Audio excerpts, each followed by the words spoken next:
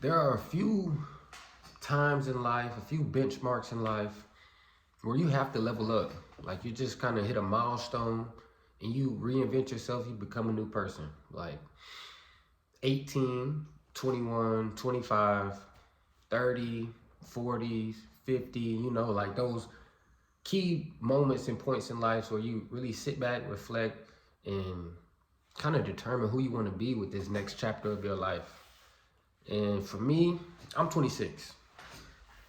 So I don't talk with a lot of age, but I talk with a lot of experience. And I'm telling y'all that, let me tell y'all a little bit about me before I go into the topic.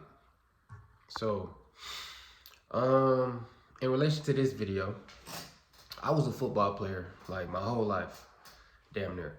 Like from age 4, little league, to age 24 when I stopped playing college football. Like 2 decades, 20 years straight football player. That's all I knew. That's all I thought about. That was my obsession, my passion. You couldn't tell me I wasn't going to the league. Like that was everything to me. And of course, as you can imagine, not going to the league, coming onto the other side of life, outside of football, it was devastating. Like a lot of niggas go through. So, especially in my community, a lot of people go through it, man, and it's devastating because literally you competing with millions and millions of people to be 1% of the 1% that makes it.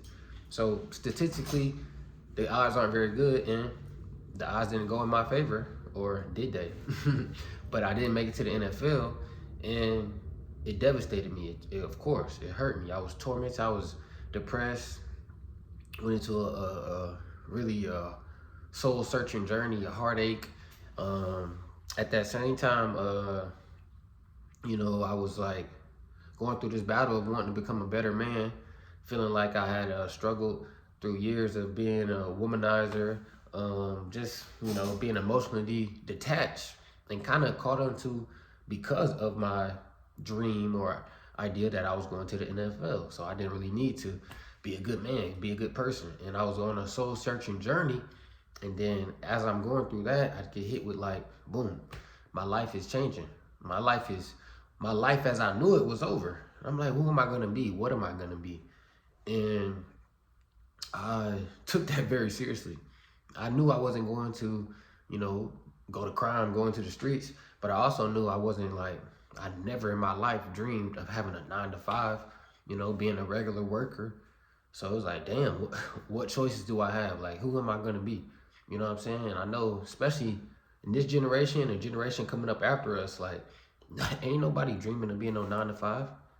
Like you ask kids today, they want to be streamers more than they want to be football players. They want to be YouTubers, entrepreneurs, seeing all this money, glitz and glamour. Like nobody's dreaming of being a 9 to 5, and I definitely wasn't either. So I'm like, damn, how am I gonna reinvent myself? Before I reinvent myself, who the hell am I? You know what I'm saying? So, I went into this path of seeking knowledge, spiritual knowledge, manhood knowledge, anything you could think of, financial knowledge. I'm trying to grow. I'm trying to learn it all. And I've always been a smart person. I've always been an intelligent man. And I came into a certain level of understanding that, like, damn, my life, I really have the pen in my hands. I can write my life. I can decide who am I going to be? What am I going to be right now? You know what I'm saying? I can consciously make decisions and choices to put me on a path to something new. It didn't get there quickly, but I got there. And when I got there, I realized like, all right, so in order to become someone new, I have to really break down and assess who am I right now. And by who am I right now, I mean like the things that make you who you are. It's not how you look. It's not what you have. It's not what you wear. It's not who you know. It's honestly not even like your personality. I'm not talking about that. I'm not talking about your character.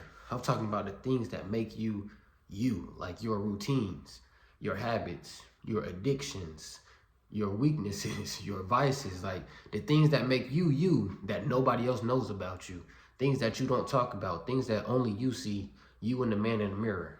Like those are the type of things that I wanted to get to the bottom of and like completely rewrite. Or some of them I wanted to discover. I didn't know what they were. And I realized that you're made of a few things. Like I said, your habits, but not just your orderly working habits, but your diet, you know what I'm saying? Your habits with relationships, habits with money, your habits with your focuses. What do you put your attention on? Because your attention is your alignment. So whatever you give your attention to, that's what you're aligning with. So if you're constantly watching BS, you're gonna be BS. You constantly consuming toxic media that doesn't promote healthy relationships, you're not gonna be in a healthy relationship. And I got very serious with myself because my football career ended around like in December. It was a December, like early December. So early December, New Year's is coming up soon, and like I've never been a person for New Year's resolutions, but I've always felt like I said, I was learning that I can recreate myself. And how did I learn this? I'm reading books like Cybernetics, very great book. Um, of course, I read Rich Dad Poor Dad, Think and Grow Rich, things like that. But Cybernetics was not about money. It was about your image, your personal image, your self-image, and not the image that you portray to the world, but your self-image. Who do you think you are? What do you think about yourself? And it was basically written by a plastic surgeon who would tell stories or wrote a story about a patients he would have where they have feel like, okay, I got in an accident, my nose is messed up, or I was born with two big ears, can you fix these? And he'll fix them. He'll get them exactly how they told him he wanted them. And then they still come back later and say, well, you didn't do it right because I'm still not getting the jobs I want. I still can't get the girls I wanted. And they feel like they felt like their outward image wasn't enough to get what they wanted because they didn't have a proper self-image. They didn't have a proper love and viewpoint and respect for themselves. And I was like, damn, so your mind, and it tells it's a very long book. It tells a bunch of stories though, very anecdotal about just people who have materialized things just from their mind because they believed it in their image. And I'm like, damn, is that really possible? And then I'm reading books like Think and Grow Rich that tells you about how to make a plan and how to set yourself aligned to it and grow towards the plan and become rich. And it's a great book. But I'm doing all these things and I'm like, okay, so I feel like I can recreate myself, recreate my image. And I didn't make a New Year's resolution, but I said, okay, when New Year's comes around, December 31st, I deleted all social media. I stopped watching TV. I stopped talking to the women I was dating or the women I was talking to. What else did I do? Of course, I didn't have any more social media, so now I'm reading books more. It's October right now. I've read I gotta count them up, but around 30 books this year. Like around 32 books this year. And last year I probably read maybe 5, and they all came late in the year. So I completely transformed in that regard. And I just got very cognizant of what I gave my attention to. Because like I said, attention is alignment. So I don't need to be giving my attention to people on Instagram pretending to be rich when we all going through the same shit. I don't need to give my attention to fucking Drewski videos all night on YouTube when I could be watching something that's gonna teach me how to get some money. I could be reading a book. I could be watching a lecture or a speech or something. Like, you know what I'm saying? I got very, very thorough and detailed with what I gave my attention to. And taking control of my attention, I took control of my habits. I took control of, because now I'm not thinking about scrolling and trying to get the best picture to get off on Instagram. I've never really been a social media person till now, but I wasn't thinking about those type of things. I'm thinking like, all right, how can I show up in the best way today at work? Like, how can I, at this job I don't even fuck with, how can I use this time to make money passively? Like, how can I build my credit so I can have something to materialize later in life?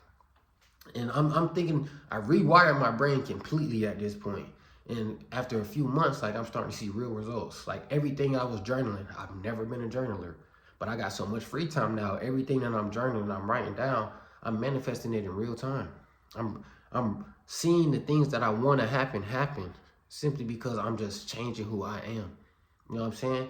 I wanted to, it's October 2025 right now. I bought a house. I said I wanted to buy a house by 25. I did that.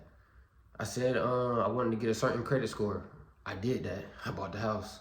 I said I wanted a job paying over 50K. I got it.